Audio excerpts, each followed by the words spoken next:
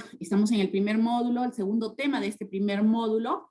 Bueno, no sin antes agradecer la participación de Fabiola, que ha dado muchísimos insumos y va a ser mucho más, o va a ayudar muchísimo más a poder entender nuestra presentación. Bueno, no sé si coincidencia, porque esta malla se elaboró con mucha anticipación, pero el día de hoy, un día antes de las elecciones, pues vamos a ver ese tema de gestión política de los planes de gobierno. Búsqueda de coincidencias y discrepancias. Parece extraño, pero como digo, ya Fabiola nos adelantó y nos dio algunos ejemplos inclusive. Pero vamos a ver a lo largo de esta presentación por qué, el porqué de todo ello, el porqué de cómo llegamos a esto y por qué es importante encontrar coincidencias, así como las discrepancias. Empezaremos señalando, bueno, creo, este contexto que se inició hace unos meses, antes de la primera vuelta, con todos estos personajes, candidatos, todos ellos con diferentes propuestas, algunos puntos en común, pero tengan por seguro que cada uno de ellos no reconociendo en el otro, ¿no? O no señalando qué puntos en común puedan tener entre ellos, 18 candidatos. Consecuentemente, 18 planes de gobierno, 18 propuestas, 18 personas con las intenciones de sacar adelante a nuestro país, trabajar por nosotros, resolver nuestros grandes problemas. Pero ayuda a esta fragmentación que se ha dado, no es por lo contrario, nos las ponen mucho más difícil. Sin embargo, esto es lo que nos tocó vivir, o estamos viviendo, ¿no? Hemos pasado esa primera etapa. Si hablamos entonces de 18 planes de gobierno, ahora ya 2, entonces, ¿qué es un plan de gobierno? Y vi en las preguntas que señalaba, ¿no? ¿Vinculante? ¿Es vinculante o no? ¿Es importante o no? ¿Van a cumplirlo o no? ¿O solamente son proyectos al que finalmente van a encontrar excusas para no cumplirlo? En ese sentido, a ver, una definición desde la más básica, ¿no? ¿Qué entenderíamos por un plan de gobierno? Aquel documento elaborado por la organización política. No olvidemos, hay una palabra clave, la organización política. Debiera de ser así, no una persona. La organización política, obviamente a través de un equipo técnico. Y este documento debería, pues, definir los elementos de la orientación política de esa organización. Orientación política, económica, social, para un determinado periodo de gobierno. ¿Qué se debe de tener en cuenta o qué condiciones debe tener? Creo que con Fabiola quedó bastante claro, ¿no? Se debe tener en cuenta el marco supranacional. Y nos habló, como lo veremos también, obviamente mucho más rápido, tema de los ODS, los Objetivos de Desarrollo Sostenible, que lo hemos desarrollado ya en otros módulos y probablemente más adelante volvamos a recordar y refrescar. La importancia de los ODS, cómo los problemas en común que tenemos están dentro de esa Agenda 2030, hay metas establecidas. Entonces, consecuentemente, los planes de gobierno deben estar, pues, alineados, deben tener en cuenta ese marco supranacional, ese marco constitucional, alineados a estos objetivos de desarrollo sostenible, igual a las políticas de Estado, de acuerdo nacional, y las políticas también, ya en su momento, de gobierno. Entonces, tiene que haber un alineamiento, no pueden ser islas apartadas y solamente de buenas intenciones, sino que tiene que ser de manera integral. ¿Y cuál debe ser el contenido del plan de gobierno? Ahí algunos podrán decir cómo se estructura, cuál es la estructura. Si bien es cierto, existen formalidades que si no serán de manera obligatoria, pero son pautas que te da el Jurado Nacional, formatos en los cuales los elementos básicos, ¿no? Piden el ideario, una visión, las dimensiones señala en qué dimensiones se tienen que establecer, y un resumen, pues, ¿no? de las acciones, estrategias, de las propuestas.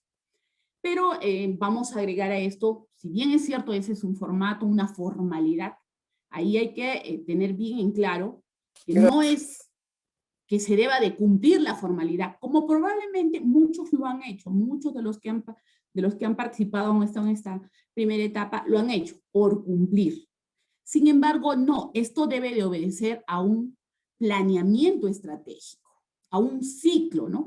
Desde saber qué es lo que queremos, cuál es nuestra visión, ese futuro deseado, desde el diagnóstico, un diagnóstico, qué es lo que se requiere, qué vamos a hacer, qué acciones, qué políticas, qué estrategias para atender esos problemas, teniendo en cuenta el entorno, el territorio, las potencialidades y las limitaciones de un determinado territorio, y obviamente también el cómo se va haciendo un seguimiento o informando, rindiendo cuentas sobre el desarrollo del mismo.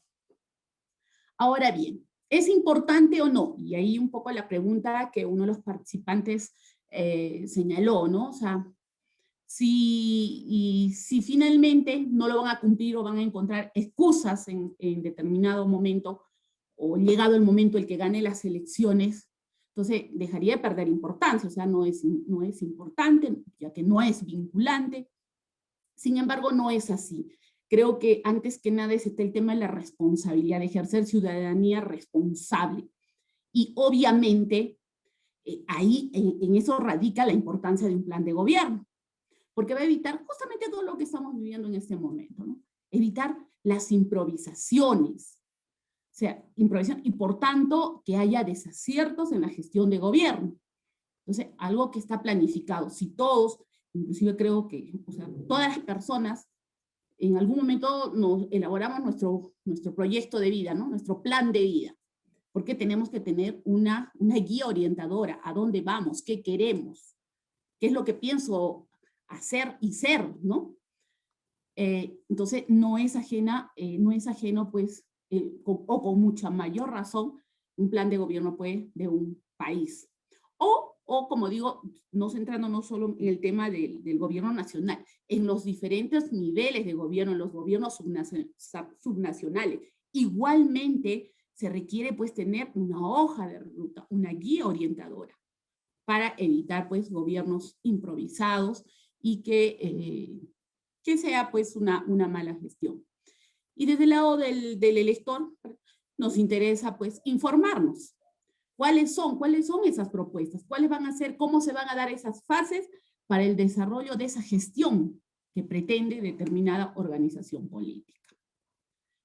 Igualmente, va a ser el principal insumo para la formulación de las políticas públicas, que también en un tema, en un determinado módulo, lo hemos visto. O sea, cuán importante no solo es que estén alineados, que esas políticas públicas se elaboren justamente en cuanto o conforme a esos problemas que se han priorizado en determinado territorio. Como lo señaló Fabiola, es para obviamente realizar, pues, la vigilancia, ¿no? La vigilancia ciudadana. Pero si hablamos de un buen gobernante, es la herramienta principal para formular estas políticas públicas. Reiteramos, los cuales en su conjunto tienen que estar alineados a los objetivos de desarrollo sostenible. Sobre esto creo que se ha ampliado bastante en la exposición anterior. Los partidos políticos y niveles de propuesta de la Agenda 2030, ha señalado la fuente. También reitero la invitación a que podamos ver cómo se ha hecho este estudio por el Observatorio de la Universidad del Pacífico sobre los objetivos de desarrollo sostenible, ¿no? Y qué calificación han obtenido, ahora sí ya de manera genérica les señalo, ¿no? Como pueden ver en el lado derecho de la pantalla, los que están con azules aprobados, y los que están con rojos son desaprobados, y cuál ha sido la calificación, en todo caso, que se ha utilizado, o el criterio de calificación que se ha utilizado para hacer en ese estudio, es que en medio punto aquellas organizaciones políticas que han mencionado, solo mencionado, los objetivos de desarrollo sostenible, y les agregan un punto adicional si es que además han señalado pues el cómo, ¿no? O han señalado algunas acciones de cómo alcanzar o atender esa meta. No, si quiero dejarlo bien claro, no se ha hecho una calificación sobre la calidad de la propuesta o la viabilidad de la propuesta, solamente en cuanto si lo menciona y si esa mención además señala algunas acciones más concretas, ¿no? Y ese fue el resultado, como reitero, los invito para que puedan revisar, están en las redes para analizarse claramente, y también, como dijo Ruizita, se vienen las elecciones de los gobiernos subnacionales. Entonces, lo más probable, y espero de verdad de muchos de los que estén participando y acompañándonos, vayan a participar, sea como regidores o candidatos a alcaldía, candidatos a regidores, pero sí darse el tiempo y darle el peso que corresponde a la elaboración de un plan de gobierno. Es muy importante, si bien es cierto en este momento la realidad no nos muestra de esa manera o nos desanima, sin embargo yo creo que está en nosotros y va a venir esa etapa en la cual tenemos pues o tienen que demostrar que sí se puede trabajar y hacer ofertas responsables. Otro criterio que también se ve en los planes de gobierno o que nos permitiría para evaluar los mismos es el costo de los planes de gobierno. Y ya, como dicen, una cosa es lo que han señalado el Jurado Nacional de Elecciones y esta información que también señaló las fuentes de Evidenza Consultores, es en función a aquellas propuestas, aquellos planes que se han inscrito al Jurado Nacional de Elecciones. Obviamente esto ha ido variando, o ha variado ahora con las dos planes, que en todo caso de los dos candidatos que el día de mañana tendremos que decidir, es que estos han variado en las declaraciones, entre comillas, debates, las exposiciones que han dado. Hemos visto cómo ha ido variando esto, ¿no? Cómo ha ido variando, ya casi equiparándose, o de repente uno más que el otro, las propuestas, las ofertas electorales, sin tener en cuenta el costo fiscal. Según el Ministerio de Economía y Finanzas, algo razonable es el incremento en un 2% del Producto Bruto Interno, algo razonable, ¿ya? Sin embargo, como vemos, algunas organizaciones políticas han tenido en cuenta esto, poco más, poco menos, sin embargo, la gran mayoría no. Y lo más curioso en todo caso es que cuando se hablan o se han hecho estos planes de gobierno, más allá de las ofertas electorales, de las propuestas y los programas que se han señalado, nadie que significan pues egresos, que significa salida de recursos, nadie señala de cómo equiparar esa salida con ingresos. No se menciona, o por lo menos la gran mayoría no menciona cómo se equipararía estos egresos con los ingresos, ¿no? Para por lo menos pueda compensar. Es entonces que concluimos que lo que se requiere, bueno, ya esa es una opinión mía, en todo caso ya va a venir la segunda parte donde vamos a poder compartir ideas, donde pues a mi idea es lo que más se requiere es la eficiencia del gasto público. Es uno de los problemas que se viene dando en todos los niveles de gobierno para poder prestar servicios básicos de calidad. Creo que es lo primero que tendríamos que aprender y superar, ¿no? Cómo se gasta eficientemente y no solamente de cómo se incrementa el gasto público. Entonces podemos ver que hay una desconexión entre lo que se promete y la capacidad del país de financiar estas ofertas. Más aún ahora que estamos en esta etapa o en este tiempo pues de pandemia, ¿no? donde atravesamos una situación de estrechez fiscal, la expansión desmedida del gasto, obviamente que va a generar pues desequilibrios significativos, pudiendo generar una crisis macroeconómica. Señalaron si los planes de gobierno, alguien me parece que dijo que no se respetaban, que iban a variar o lo cambiaban o lo desconocían, ¿no? Una vez ganadas las elecciones. Y si bien es cierto, y eso les digo desde mi experiencia, ¿no? He sido alcaldesa, y obviamente es cierto, ¿no? En un primer periodo uno elabora, uno que es del lugar, conoce todos los problemas, conoce las necesidades, conoce con qué se cuenta y con qué no se cuenta, y elabora en función a eso un plan de gobierno. Y eso es lo que propone y ofrece a la población, a la ciudadanía. Sin embargo, como les digo, desde mi experiencia, sí vemos que esto va cambiando en el tiempo.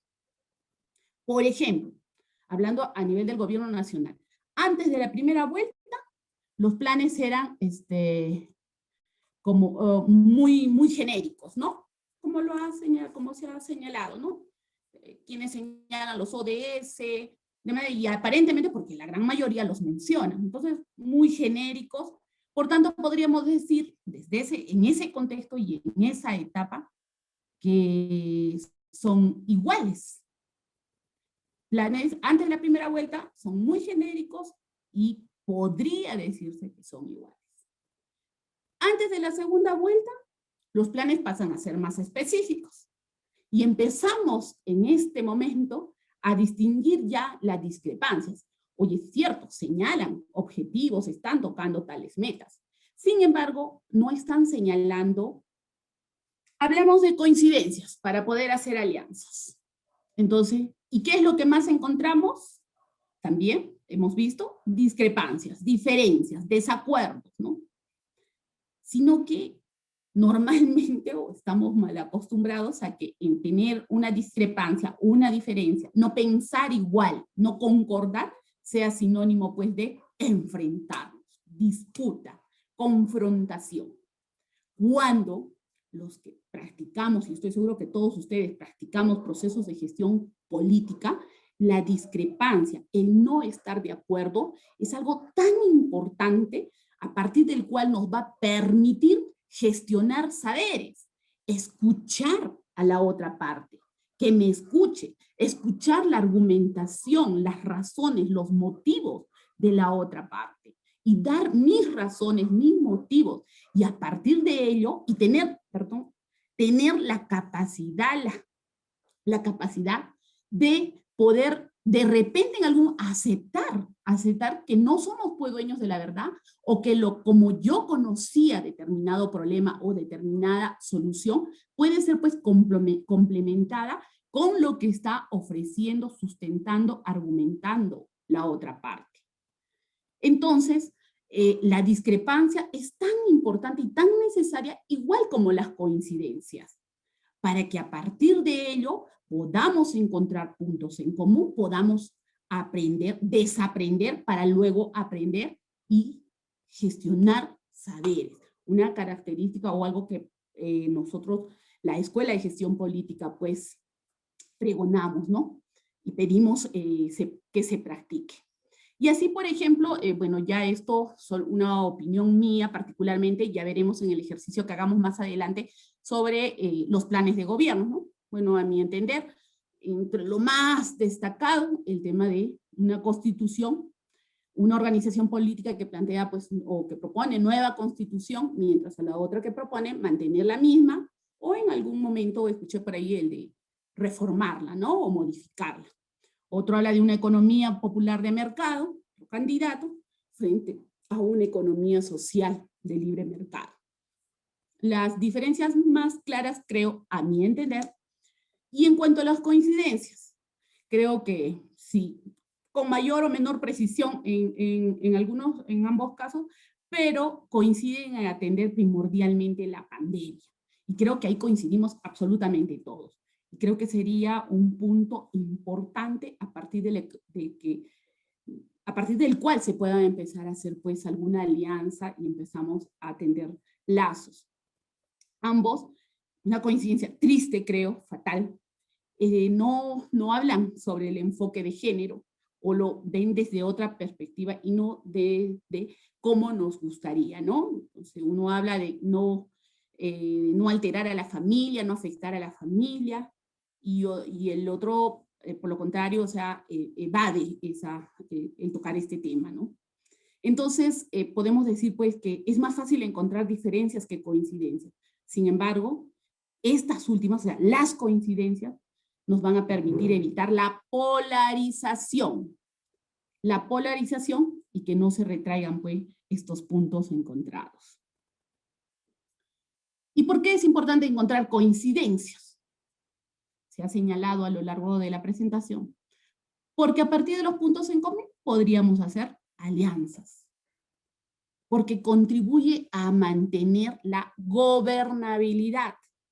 Algo que hemos estado, y con la suerte en todo caso de que en todos estos años, a pesar de toda la crisis política que hemos vivido, el tema de los presidentes que se han sacado, Congreso que también que ha sido afectado, definitivamente a toda esta crisis política sumada a la crisis sanitaria que se ha tenido, pero sin embargo se está manteniendo esta gobernabilidad. Entonces es importante que a partir de mañana, después de un resultado, pues esta gobernabilidad tiene que mantenerse, y para eso es importante de que encontremos o encuentren esas coincidencias. Va a facilitar los procesos de gestión política, como ya lo señalé, y nos ayuda a ver también los límites hasta dónde podemos llegar en una negociación. Entonces, a manera de conclusión podríamos señalar, ¿no? El plan de gobierno debe contener objetivos, lineamientos, acciones, estrategias y metas en un determinado ámbito propuesto en base a un diagnóstico y visión de desarrollo. Debe ser propuestas de solución al conjunto de problemas, aprovechando las oportunidades del entorno. Desde el punto de vista de las organizaciones políticas, va a ayudar a asumir un compromiso real. O sea, la organización política y todo lo que la compone asume pues un compromiso con determinadas acciones que se espera se implementen para mejorar las condiciones de vida de los ciudadanos. Y desde los electores nos sirve pues como un marco referencial, ¿no? De qué es lo que nos proponen, y de ello nos permita tomar decisiones responsables frente al futuro de nuestro territorio. Y aquí reiteramos, ¿no? Es el resultado de un proceso de planeamiento estratégico. Como tal, si bien es cierto en las elecciones de 2014 y 2016, si no me equivoco, el Jurado Nacional da sugerencias, da recomendaciones de cómo debe hacerse esto. No hay una obligatoriedad expresa, pero es un tema de responsabilidad, pues trabajar con la orientación y la guía que nos da pues el Centro Nacional de Planeamiento Estratégico, ¿no? El CEPLAN. Además, podemos decir de los planes de gobierno, que son pues herramientas que van a dotar de un orden, también de un orden de esa acción, de las acciones de gobierno, las acciones públicas de gobierno. Y también nos deben demostrar pues esa relación estratégica que debe haber entre la ciudadanía y el gobierno, o sea, porque ¿para quién se hacen esas propuestas? ¿A quién tienen que atender? ¿Qué problemas de quiénes tienen que resolver? Entonces, ahí en el plan de gobierno tenemos que encontrar esa relación estratégica entre la ciudadanía y el gobierno.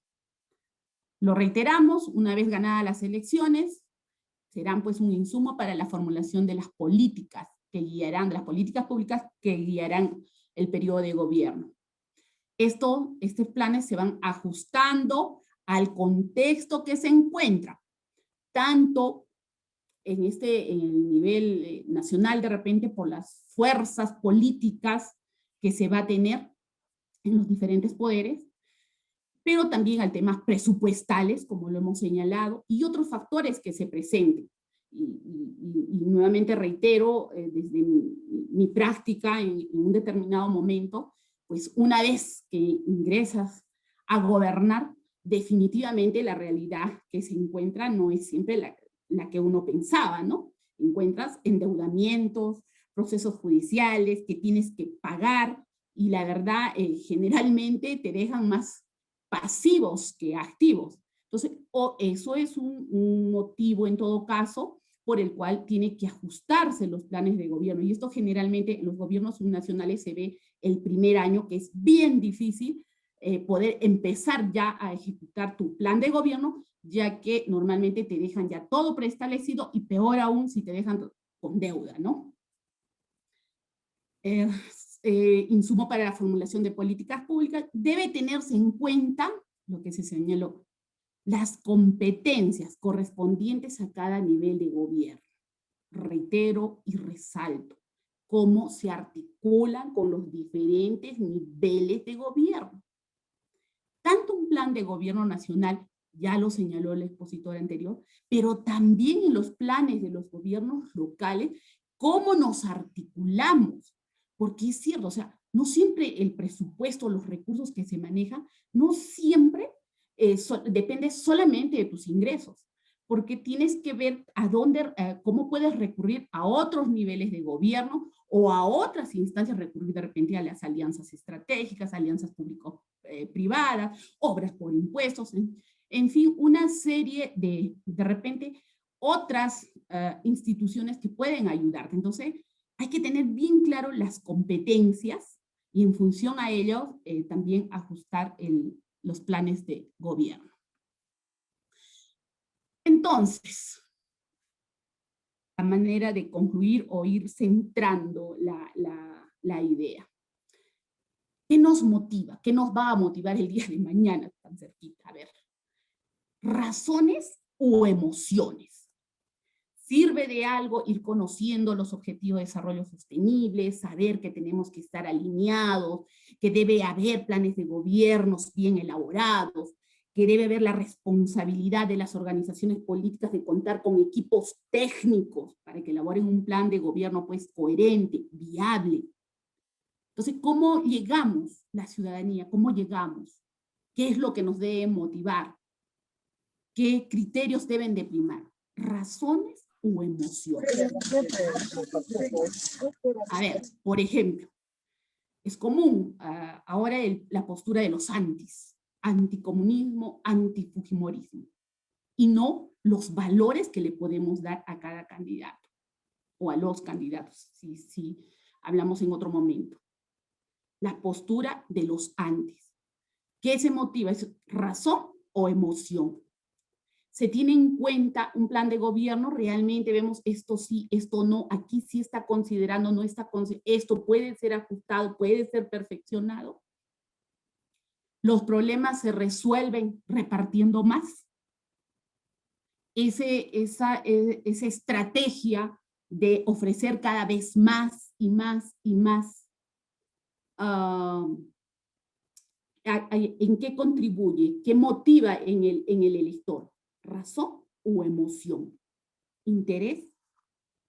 Creo que esa es la gran tarea que nos corresponde a cada uno de nosotros, y un poquito en la segunda parte vamos a practicarlo, a ver a qué conclusiones llegamos. Lo que sí debemos de tener bien en claro: la democracia nos permite tener estas elecciones, ser partícipes de un proceso electoral, donde podemos ir a votar, a elegir a la autoridad, pero a la autoridad que trabaje por el bien común, por encima de los intereses particulares.